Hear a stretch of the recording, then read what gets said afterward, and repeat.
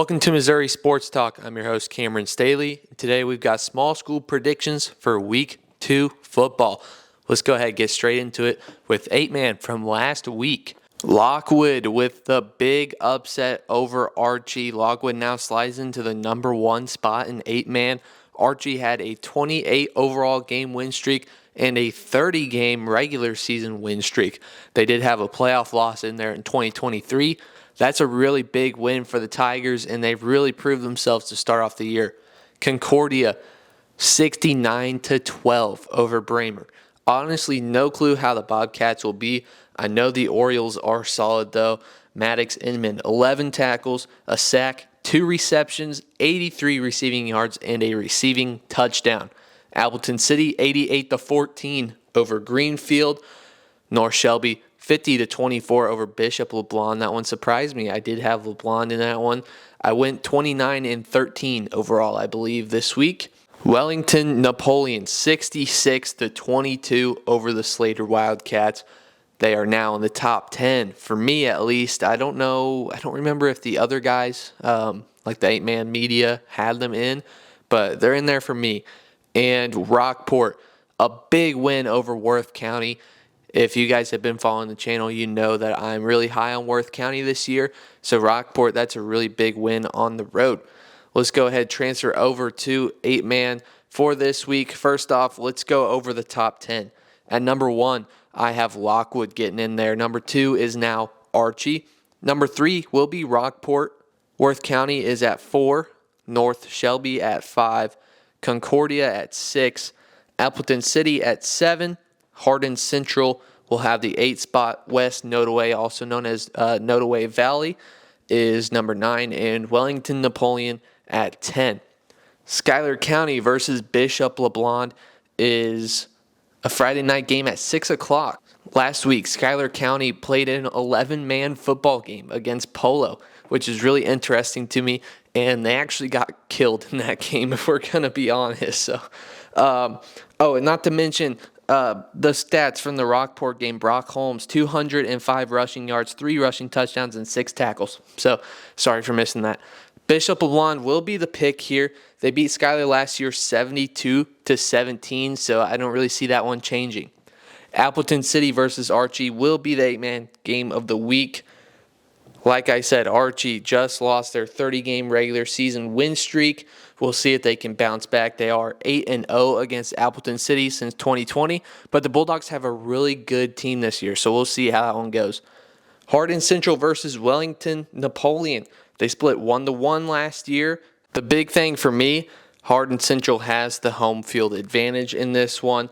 And I do have them ranked 2 spots higher than Wellington. I just didn't really know what this one boiled down to. I can see this one going either way. So I just kind of took random points that I don't necessarily always go off of. You know, home field obviously is a really big thing. But I do tend to look at the matchup history a lot. Everybody that's watched more than one of these prediction videos knows that I'm a big matchup history guy. But these guys, 1-1, like I said. So it'll be an interesting game. Lincoln versus Bramer is one that I don't really know how to gauge. Bramer lost a lot of guys this year, but Lincoln, they dropped down to 8-man a year early because they've been dealing with a lot of injuries on the team. I think that's where my prediction really comes from. I will take the Bramer Bobcats. Coming off a Final Four appearance, like I said, lost basically the whole entire core of their team, and the Cardinals are just having a weird transition. So I think Bramer, with the experience in 8-man, will get it done because this is Lincoln's first 8-man game. Lockwood versus Drexel will be the next one up. I'm going to go with Lockwood here. They just beat Archie last week. They took the number 1 spot in 8-man, and they are 1-3 against Drexel since 2022, so it'll be interesting, but I'll take the Tigers. West Nodaway versus Albany is one that I don't really know how to pick. I will go with West Nodaway, also known as Nodaway Valley.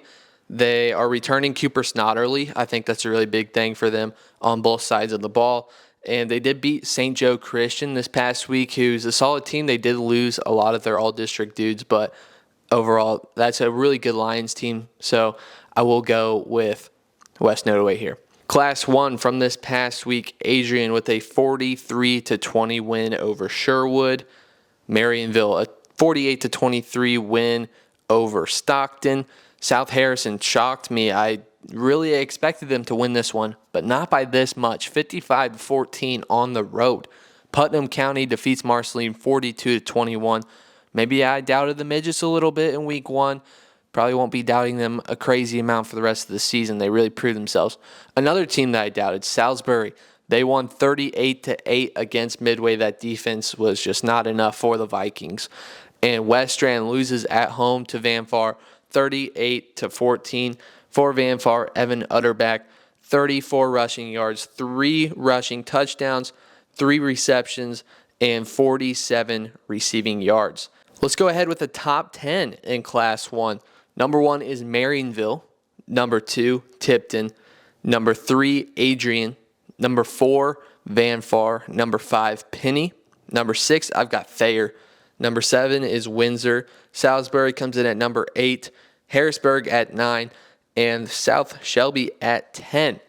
Ash Grove versus El Dorado Springs is on Thursday night. I'm going with the Pirates here. They're 4-0 against Eldo since 2015, so that one just feels right to me. North Platte versus Milan. The Panthers had a nice win against Butler last Friday, week 1. And Milan, they kind of got killed at home, so now Milan's on the road. I think this one just feels right to stick with North Platte, led by Dylan Armstrong. They're 2-1 against Milan since 2023. Salisbury versus Mark Twain.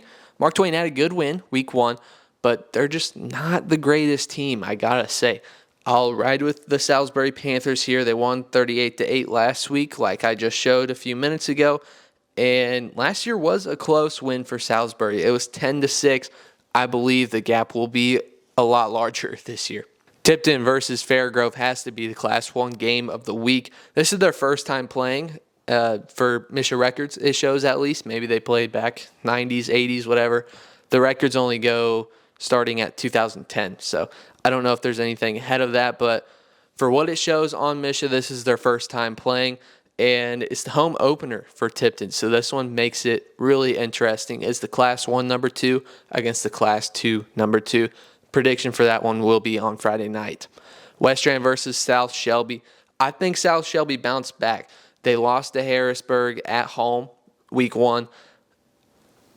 I don't know. I like this South Shelby team. I really didn't expect them to lose that game, so I will keep going with them.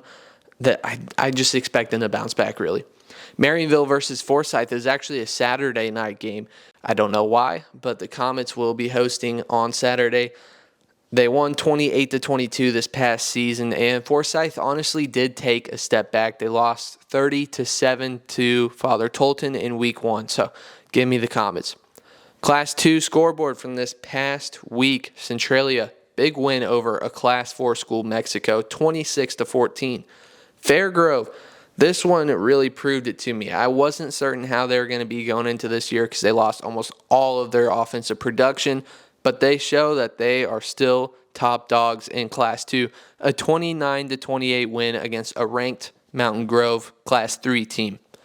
Lafayette County loses at home 28-27 to Penny. This one's kind of disappointing to me. I really thought that Lafayette County had a ceiling, like high potential of 9-0. They show week 1 that maybe that's not quite what they are. I think they still should be in the 7-win range this year, so not all hope is lost for them, but I did end up having to drop them out of the rankings. North Callaway versus South Callaway, the Callaway Cup, the hoodie I'm repping right now. This was the game that I was at on Friday night. It was 6-6 going into half, and North Callaway runs away with it, 34-14. Jaden Galbraith for North Callaway, 80 rushing yards, 3 rushing touchdowns, 2 sacks, and 2 tackles for loss. Valley Catholic, 41-22 over Monroe City. Honestly, kind of expected that one. And Warsaw, a close win over Lawson at home, 27-20.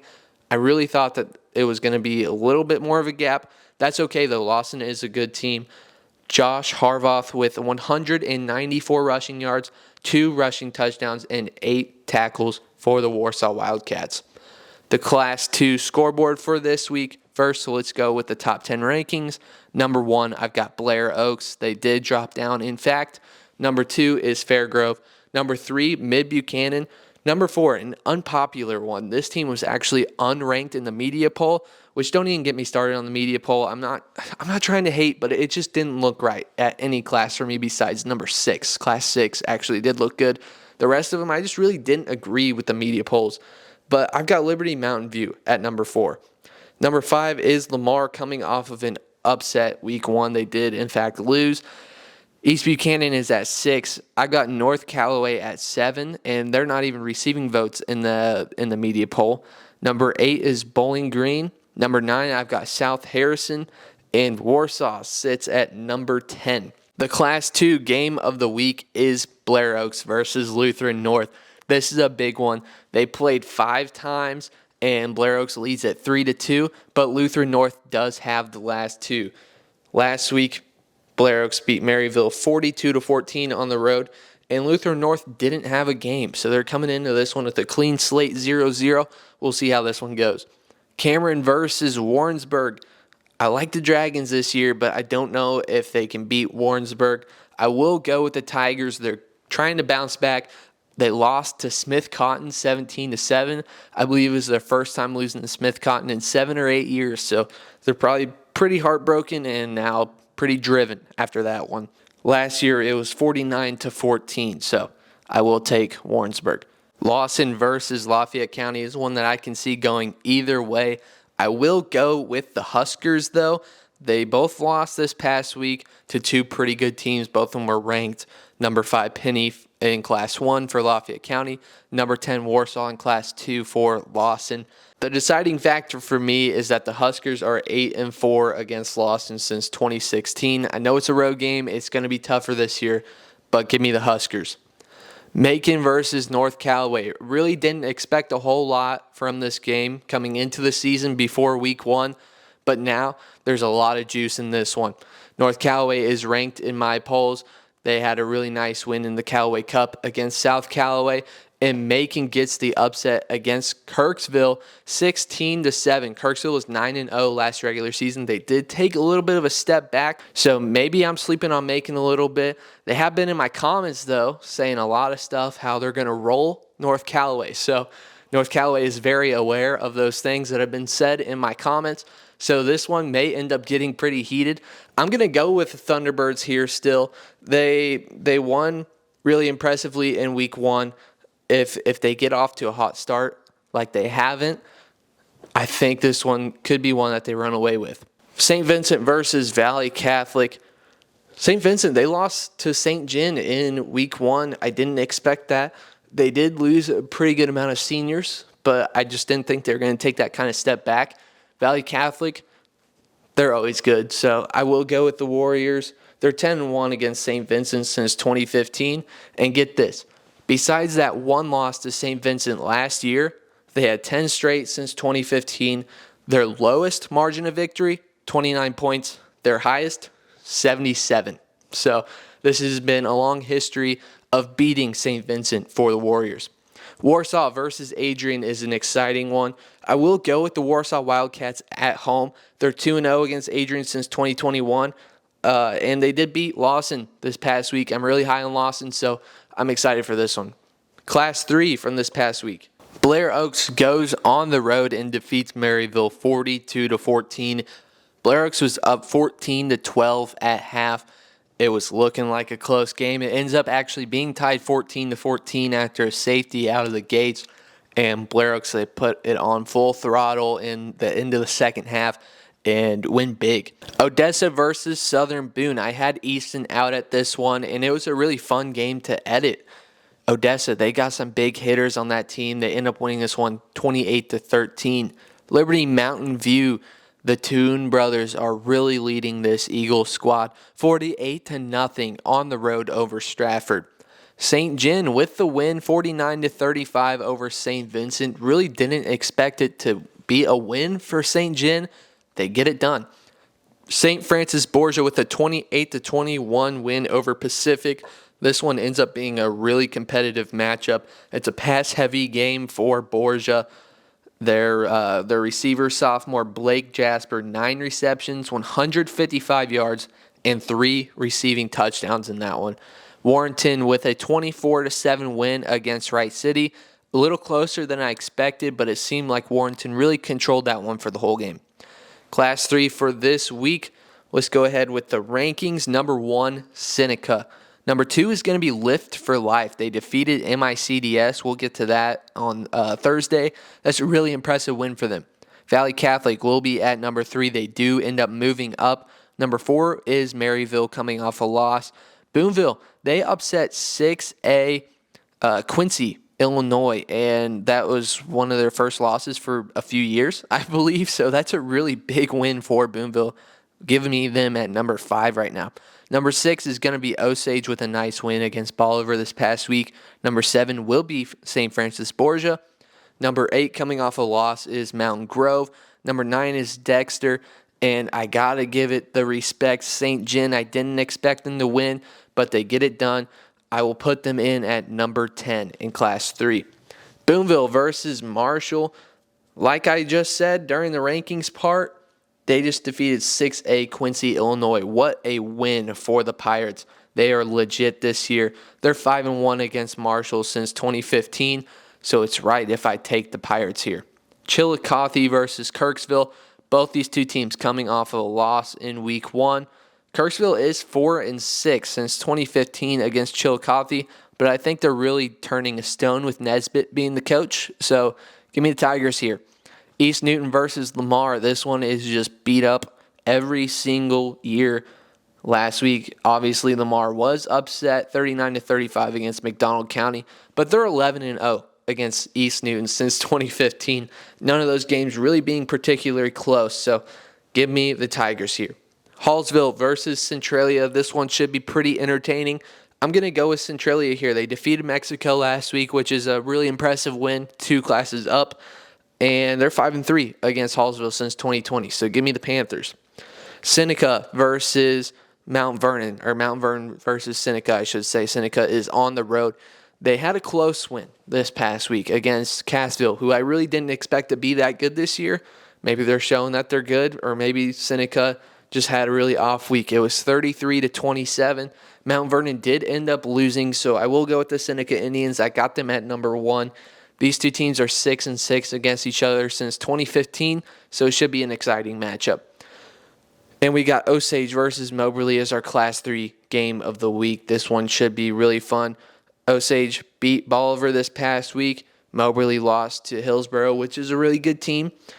Osage is 3-5 against Moberly since 2015. They are hosting this one, so it should be a pretty interesting matchup. Large school predictions will be out on Thursday. That's all we got for today. This has been Missouri Sports Talk. See you next time.